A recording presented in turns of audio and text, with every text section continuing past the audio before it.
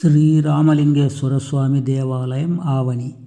ఈ గ్రామం ముళబాగిలి నుండి కేజీఎఫ్ రోడ్లో కాశీపురం క్రాసు గుండా పశ్చిమాన 12 కిలోమీటర్ల దూరంలో ఉంది. రుద్రభట్టారక మహర్షి 12 సంవత్సరములు ఆహవనీయ అను మహాయాగము చేసిన స్థలము. ఈ ఆహవనీయ యజ్ఞము చేసిన ప్రాంతంలో ఏర్పడిన గ్రామానికి ఆహవనీయ, అహబని, అవనీయంగా ఆవనిగా రూపాంతరం చెందిందని జనకథనం. ఆలయాల నిర్మాణం తరువాత అవంతికా క్షేత్రంగానూ పిలిచారు. ఈ ఆలయ ఆవరణలో చాలా ఆలయాలు ఉన్నాయి. చూడ చక్కని శిల్పకళతో అద్భుత నిర్మాణాలు ఈ ఆలయాలు. ఇందులో ప్రధాన ఆలయం శ్రీరామలింగేశ్వర స్వామి దేవాలయం. సాక్షాత్తు శ్రీరామచంద్రుడే ఈ ఆలయంలో శివలింగాన్ని స్థాపించారు. ఇందులో ఈశ్వరుడు రామలింగేశ్వరుడుగా కొలువై భక్తుల పూజలు అందుకుని కోరికలు తీరుస్తున్నారు. ఎదురుగా నందీశ్వరుడు ఉన్నారు. వాయువ్యంలో చండికేశ్వరుడు ఉన్నారు. ఇంకా యలవెంజిరాయ, వాసుదేవరాయలను ఆవనిపాలెం దొరల విగ్రహాలు ఉన్నాయి. సీతాదేవి ఇక్కడ కామాక్షిదేవిగా దర్శనమిస్తుంది. కామాక్షిదేవి ఆలయం అత్యంత సుందర నిర్మాణం. శ్రీ భరతేశ్వర స్వామి దేవాలయం అరుదైన శిల్పకళతో కూడిన అద్భుత నిర్మాణం. ఇందులో ఈశ్వరుడు భరతేశ్వరుడుగా పూజలు అందుకుంటున్నారు. లక్ష్మణేశ్వరాలయం అందమైన చిన్న స్తంభాలపై ఉంది. ఆదిశేషుని అవతారంలో స్వయముగా లక్ష్మణుడే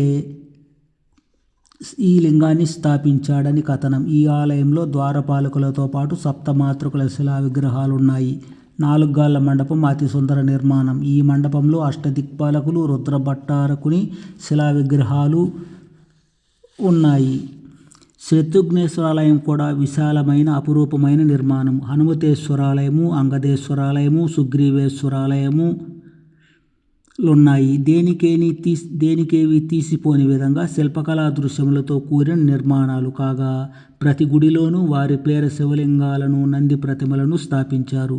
సుబ్రహ్మణ్యేశ్వరాలయము, మహాగణపతి ఆలయాలు ఉన్నాయి. ఇంకా ఇక్కడ కామాక్షి దేవాలయము అతి చక్కని అందమైన కట్టడము. నోలంబ రాణి దేవబ్బరసి నోలంబ నారాయణేశ్వరాలయమును తన కొడుకు పేర, హొలలిలో ఒక విష్ణు దేవాలయము, ఈశ్వరాలయము నిర్మించారని కూడా ఇక్కడ శాసనంలో ఉంది.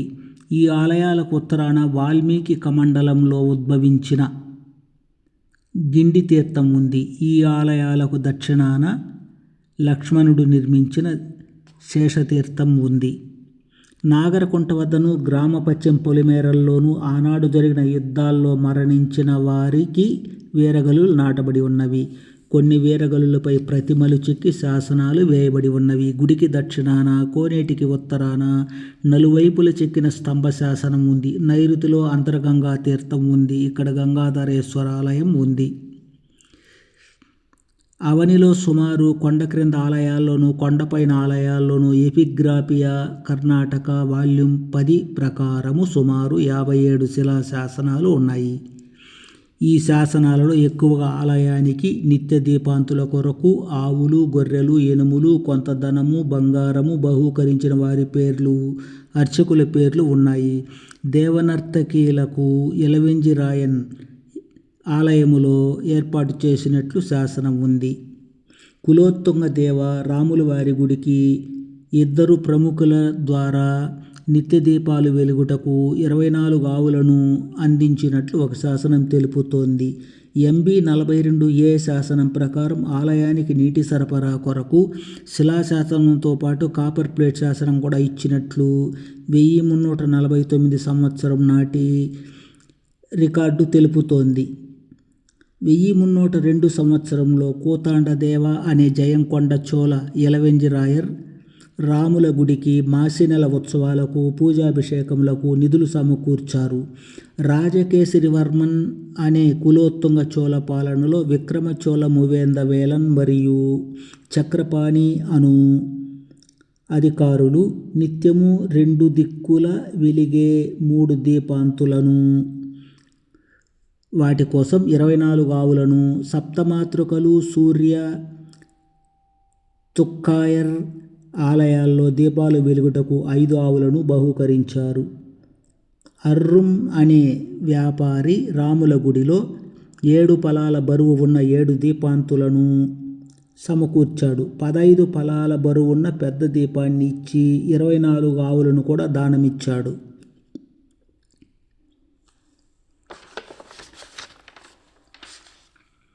MB 42G ప్రకారం వాసుదేవర్ యలవంజి రాయర్లు రాముల గుడికి పంచవాద్యాలను ఏర్పాటు చేశారు.